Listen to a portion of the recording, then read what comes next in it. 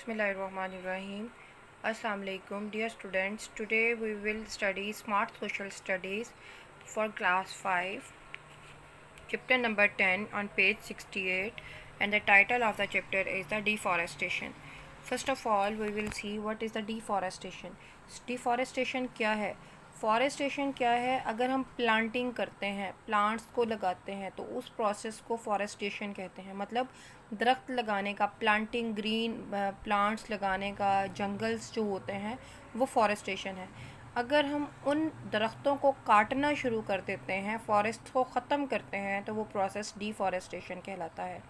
Deforestation is cutting down large number of tree to use the land for other purposes. अब वो other purposes क्या हो सकते हैं? आप कोई इंडस्ट्री लगा रहे हो अपने घर बिल्ड करने के लिए, या कोई रोड कंस्ट्रक्शन हो रही है, तो साइडों के प्लांट्स को रिमूव कर दिया जाता है। That is known as the deforestation. Factors हमारे पास क्या है, क्या रीज़न्स हैं कि हम जो है डिफॉरेस्टेशन करते हैं। यहाँ पे आपकी बुक में 3 मेन रीज़न दी गई हैं। Cutting of tree for timber. Timber क्या है? जो हम लकड़ी के प्रोडक्ट को यूज़ करते हैं, लकड़ी को यूज़ करके, जैसे फर्नीचर में यूज़ कर रहे हो, बिल्डिंग्स में यूज़ कर रहे हो, पेपर मेकिंग के लिए यूज़ कर रहे हो, तो टिम्बर को जो डिफरेंट पर्पसेस के लिए यूज़ कर रहे हैं, उस चीज़ के लिए हम डिफॉरेस्टेशन होती है। लैंड को किसी इंडस्ट्री के लिए या प्लांटेशन, क्या किसी फार्मिंग के लिए, लाइफ स्टॉक, जैसे आपके पोल्ट्री फार्म बना रहे हो या कुछ डिफरेंट पर्पसेस यूज़ कर रहे हो, उस लैंड को अदर पर्पज़ के लिए यूज़ कर रहे हो, तो उसके लिए भी डिफॉरेस्टेशन डन करते हो। या फिर आप बिल्डिंग्स या रोड, जैसा कि मैं पहले आप लोगों से डिस्कस कर चुकी हूँ। हमने फॉरेस्टेशन के इफ़ेक्ट्स में पढ़ा था कि फ़ॉरेस्ट जो हैं किसी भी मुल्क के क्लाइमेटिक चेंजेस को मेंटेन रखने के लिए फ़ॉरेस्ट ज़रूरी है। अब हम डिस्कस करेंगे कि डीफॉरेस्टेशन के इफ़ेक्ट्स क्या होते हैं। डीफॉरेस्टेशन के हमारी क्लाइमेट के ऊपर बहुत बहुत ज़्यादा एक्सट्रीम इफ़ेक्ट्स आते हैं। हाँ, आपको पता है, आप लोगों ने ग्रीन हाउस इफ़ेक्ट का नाम सुना होगा। वर्ल्ड वाइड आप देख रहे हो, हर साल गर्मी पहले से ज़्यादा पड़ती है। रीज़न क्या है? कि हमारे पास दरख्तों की कटाई की वजह से हमारे दर्जा हरारत ज़मीन का बढ़ता जा रहा है।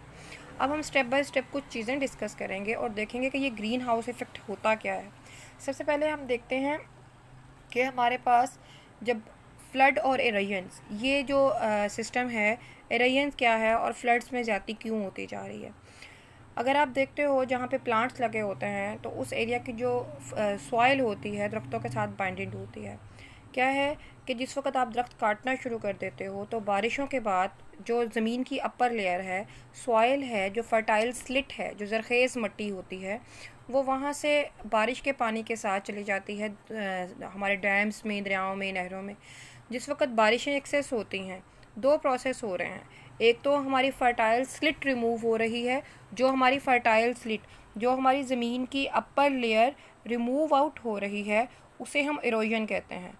जब भी फिर हम प्लांटिंग करेंगे, तो उस प्लांटिंग के नतीजे में हमारे पास क्या है, उस प्लांटिंग के रिज़ल्ट में हमारे पास जो भी जो भी हमारे पास फसल बनती है, उसको उसकी पूरी खुराक नहीं मिलती। क्यों? हमारी लेयर, ज़मीन की जो अपर लेयर है, उसमें जो फर्टिलिटी, जो नाइट्राइट्स हैं, जो हमारे पौधों की खुराक है, वो दरियाओं की तरफ चली गई। अब जब दरियाओं से, ज़मीन से ये पानी दरियाओं की सतह में चला गया, तो पानी का जो स्टोरेज लेवल है वो कम होता जाता है। हमारे पास लोअर लेवल पे तो सॉइल आ गई है।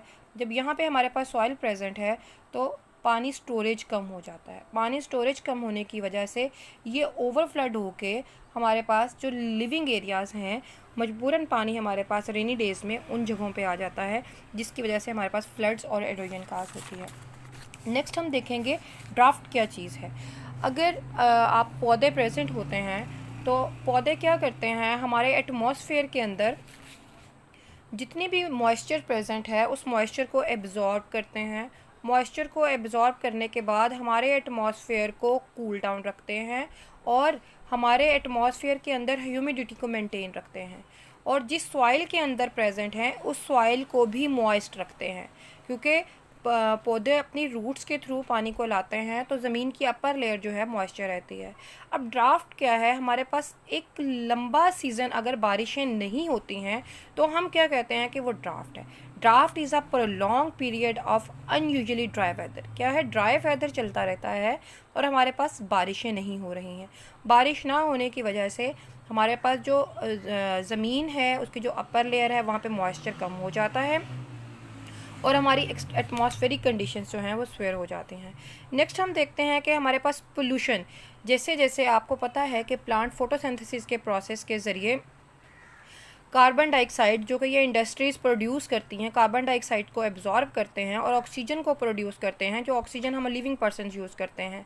अगर दरख्त नहीं होता है तो जाहिर है इंडस्ट्रीज़ की ज़्यादती होती जा रही है, हमारी एटमॉस्फेरिक कंडीशंस के अंदर नाइट्रोनियस जो प्रोडक्ट हैं वो बढ़ते हैं और उनके बढ़ने की वजह से एटमॉस्फेरिक पोल्यूशन फैलती है। फिर अब हम देखेंगे कि ग्रीन हाउस इफ़ेक्ट और इससे ड्रेन्स क्या होते हैं। आपको पता है बच्चों कि जब सन से लाइट ज़मीन की तरफ आती है तो ज़मीन उस लाइट को एब्ज़ॉर्ब करती है। एब्ज़ॉर्ब करने के बाद नॉर्मल जो प्रोसेस है, ज़मीन कुछ हीट रेडिएट करती है जो कि वापस एटमॉस्फेयर की तरफ चली जाती है। लेकिन अगर हमारे पास पोल्यूशन लेवल बढ़ता जाता है और ट्रीज़ कम हो जाते हैं तो हमारे पास इन गैसेस की एक लेयर बन जाती है। ये लेयर जो है ज़मीन की हीट को एंट्रैप कर लेते हैं, कैप्चर कर लेते हैं। इस हीट को ज़मीन से वापस नहीं जाने देते, जिसकी वजह से हमारी एटमॉस्फेयर के अंदर डिफरेंट गैसेस एंट्रैप हो जाती हैं, जैसे मीथेन, नाइट्राइट्स हैं, मीथेन हैं और सल्फ़र हैं।